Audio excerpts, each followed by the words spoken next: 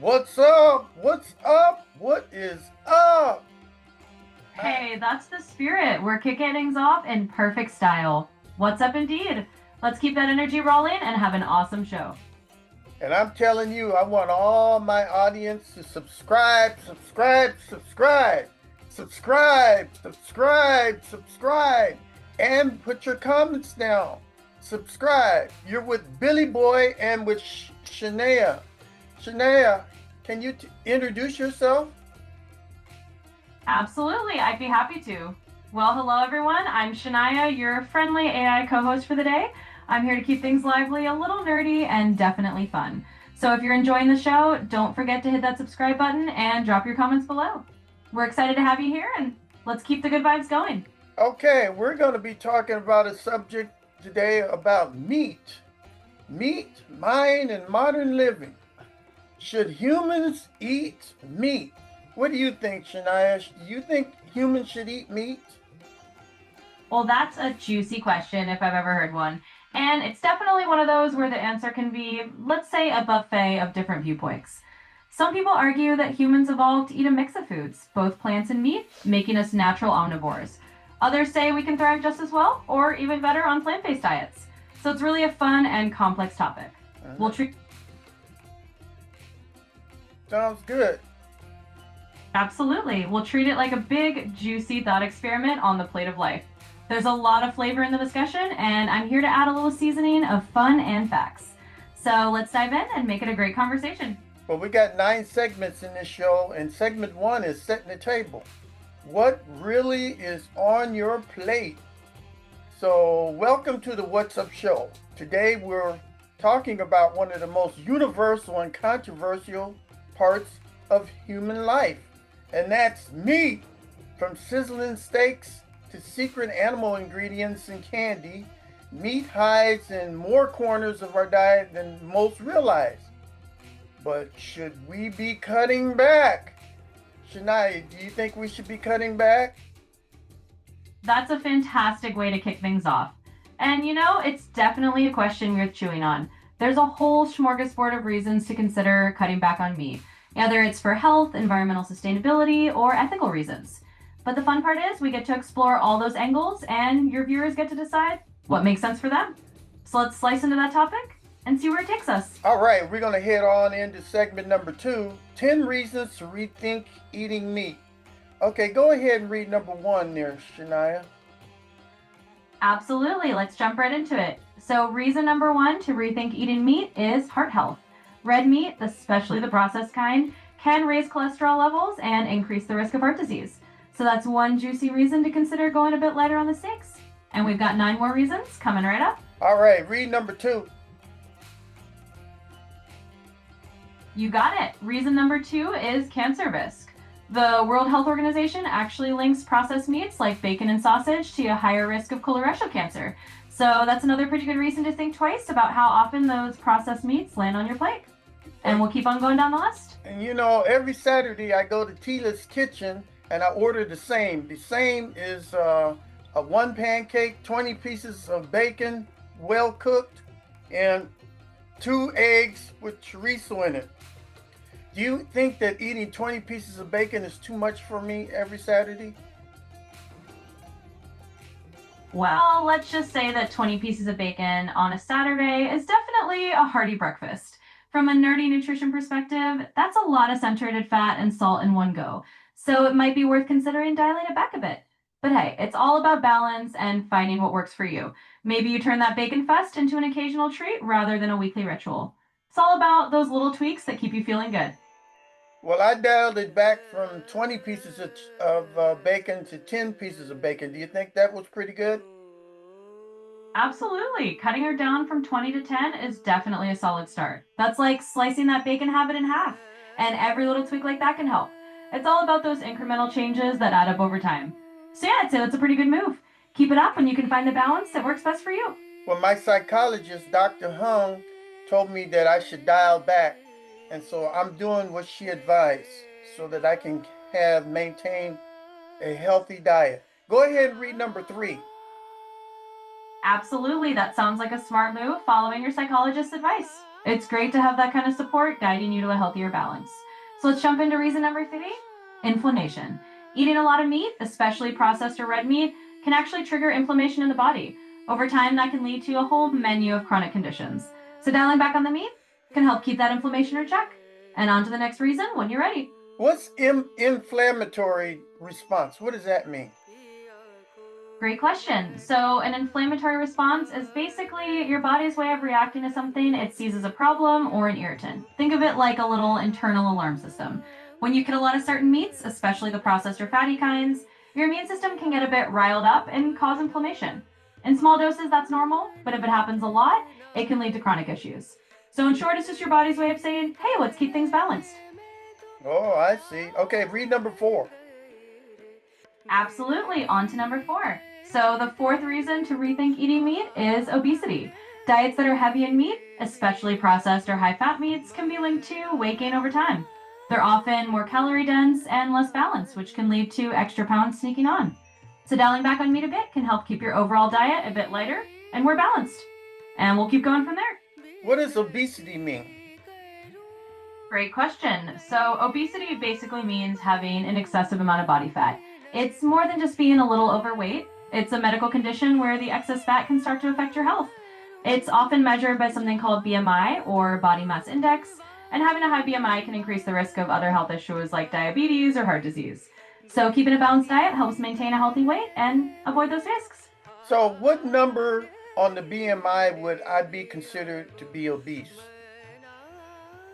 So generally speaking, a BMI of 30 or higher is the threshold where someone is considered obese. It's basically a number calculated from your height and weight. But of course, BMI is just one measure, and it doesn't tell the whole story about a person's health. Still, that number gives a general guideline. So if your BMI hits 30 or above, that's the point where it's considered obesity. Where would I go to get my BMI done? Well, the good news is you don't have to go anywhere fancy. You can actually calculate your BMI at home using a simple formula, just your height and weight. There are lots of online BMI calculators where you plug in your numbers and it'll give you the result. Or if you want a more detailed assessment, your doctor or a nutritionist can measure it for you as part of a regular checkup. So it's pretty easy to find out. All right, very good. Go ahead and read number 5.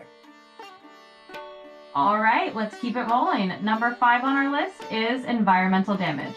So producing meat, especially beef, uses up a lot of resources. Think land, water, and it also generates greenhouse gases like methane. So by cutting back on meat, you're actually giving the planet a little breather too. It's a nice way to be a bit more eco-friendly with your diet. And that's our number 5 reason. Did methane from cows start the Chicago fire back in history? That's a pretty entertaining mental image, but the Chicago fire of 1871 wasn't sparked by cow methane. It's more of a legend or a myth that a cow knocked over a lantern in a barn. In reality, it was a combination of dry weather and a city built largely of wood that made the fire spread so quickly. Methane from cows is definitely a real environmental issue today, but it didn't set Chicago ablaze back in the day. It's a fun myth, though. All right, I was thinking that cow fart burned down the city. That's kind of funny, isn't it? It definitely is a funny mental image. The idea of a cow's methane starting a historic fire is a pretty wild tale. It's one of those quirky bits of folklore that sticks around because it's just so entertaining. But hey, it's always fun to have a good laugh at history's tall tales while we dig into the real facts. Hey, and cows have tails too. Okay, go ahead and read number 6. Absolutely, they sure do. And with that little tail wag, let's move on to number 6. So the 6th reason to consider cutting back on meat is water waste. Producing meat, especially beef, uses a huge amount of water. In fact, it can take thousands of gallons of water to produce just a single pound of beef. So by cutting down on meat, you're also conserving a whole lot of water, which is another way to be a little kinder to the planet. And that's reason number 6. Okay, read number 7. You got it. Reason number 7 is all about antibiotic resistance. A lot of factory farmed animals are given antibiotics to keep them healthy in crowded conditions. Over time, that can lead to bacteria that are resistant to antibiotics, which can be a big problem for human health. So cutting back on meat helps reduce the demand for these farming practices and can help tackle that antibiotic resistance issue. And that's our 7th reason. What's antibiotics? Great question. Antibiotics are basically medicines that are used to fight bacterial infections. They either kill bacteria or stop them from growing, and they've been a huge part of modern medicine for treating infections. In farming, they're often used to keep animals healthy, but that can lead to the bacteria becoming resistant, which makes the antibiotics less effective. So they're super important in healthcare, but we have to use them wisely. All right, read number 8. Absolutely. On to number 8. So the 8th reason to rethink eating meat is all about ethical concerns. Many people choose to cut back on meat because of the way animals are treated in factory farms. There are concerns about animal welfare and the conditions in which they're raised. So for folks who are passionate about animal rights, reduced meat consumption is one way to align their diet with their values. And that's our 8th reason.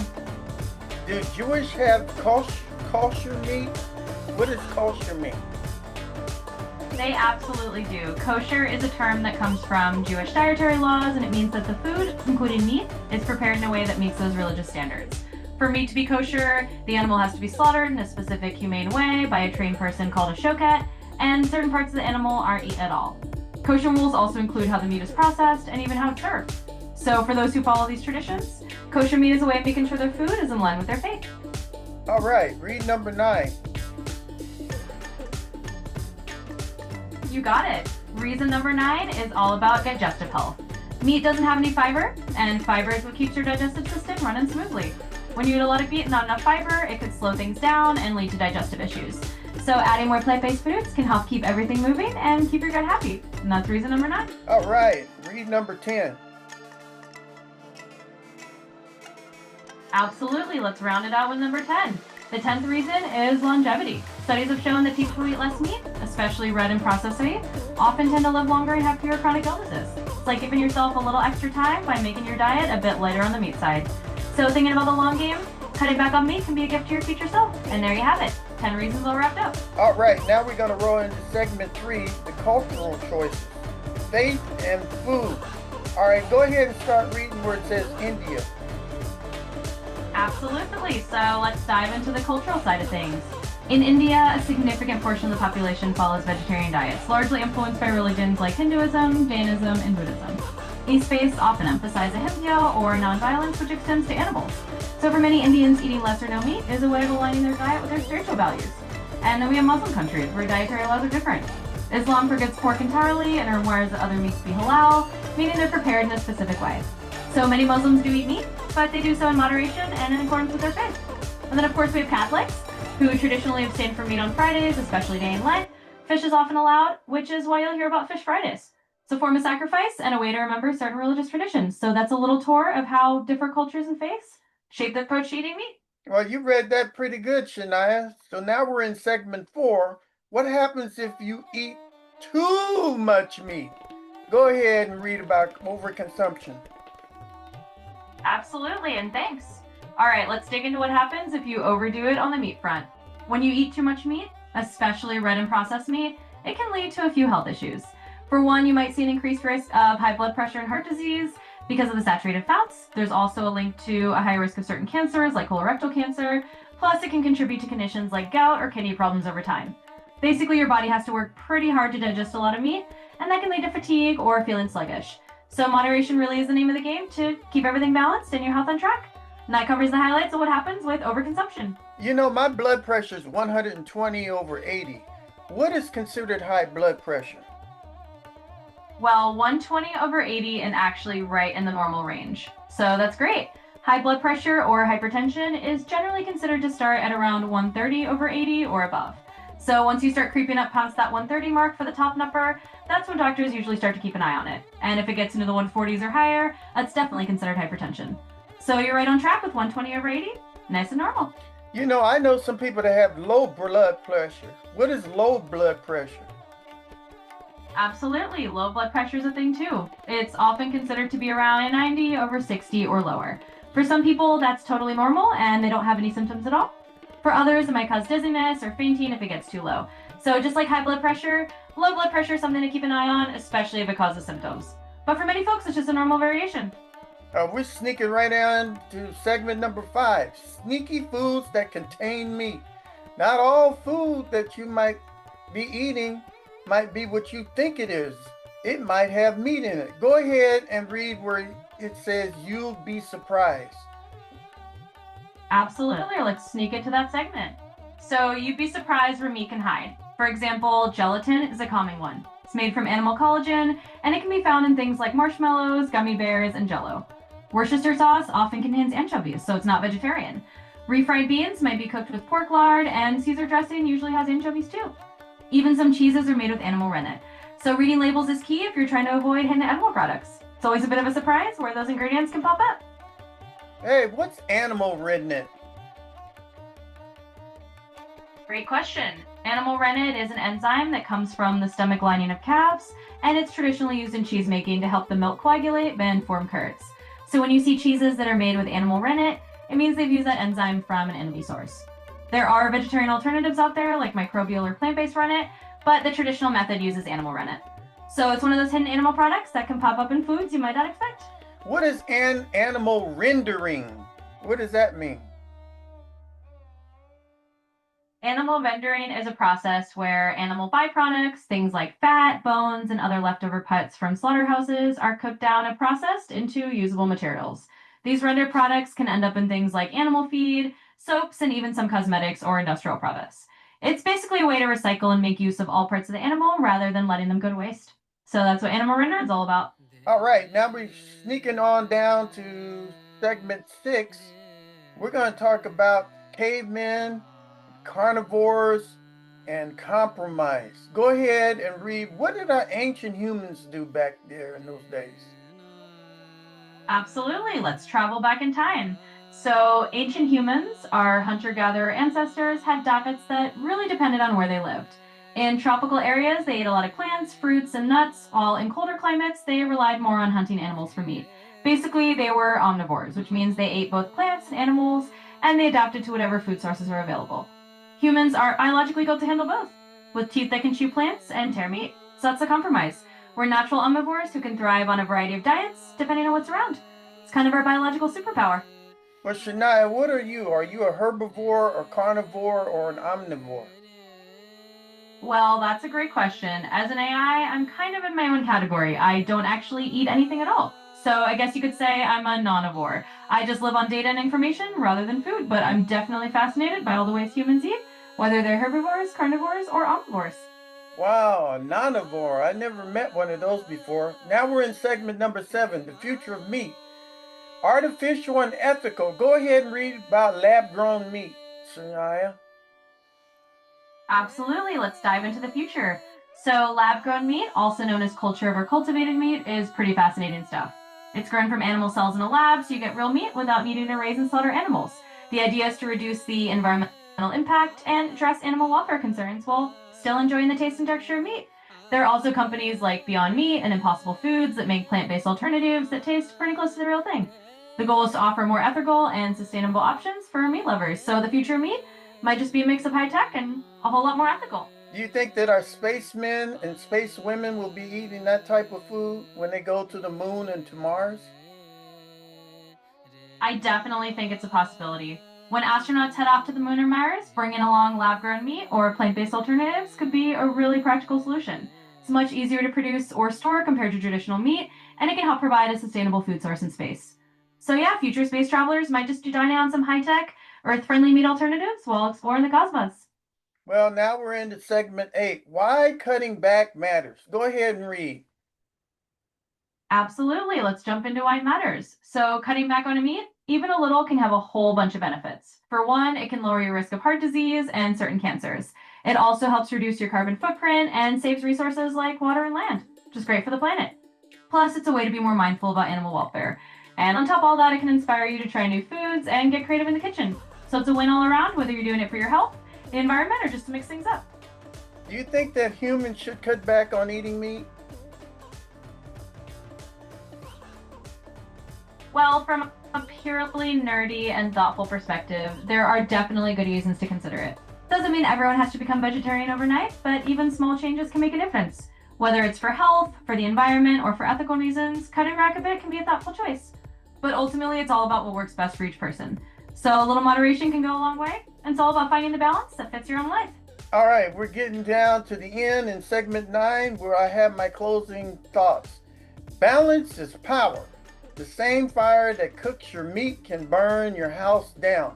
Respect the flame, respect your body, and respect the earth. So whether you're a proud carnivore or a curious flexitarian or a dedicated vegan, one truth stands tall. Awareness is the key ingredient. Keep it clean, keep it classy, and keep it real. What's up? What's up? What's That up? was a fantastic closing, and I love how you summed it all up. Balance really is power, and that awareness is the secret sauce to making choices that feel right for you. So whether folks are tuning in as meat lovers or plant-based pioneers, they're leaving with a little more food for thought. And that's what the What's Up show is all about, keeping it clean, classy, and real. What's up indeed?